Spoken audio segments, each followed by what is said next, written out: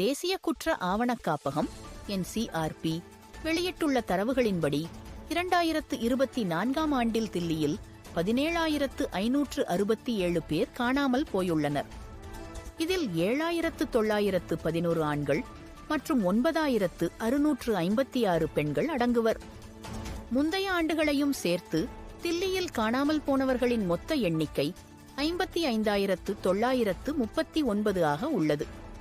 இதில் 24,119 ஆண்கள், 31,814 பெண்கள் மற்றும் 6 திருநங்கைகள் உள்ளனர். டெல்லி காவல்துறை இதுவரை 28,392 பேரை மீட்டுள்ளது. காணாமல் போனவர்களில் சுமார் பாதி பேர் மட்டுமே கண்டறியப்பட்டுள்ளனர்.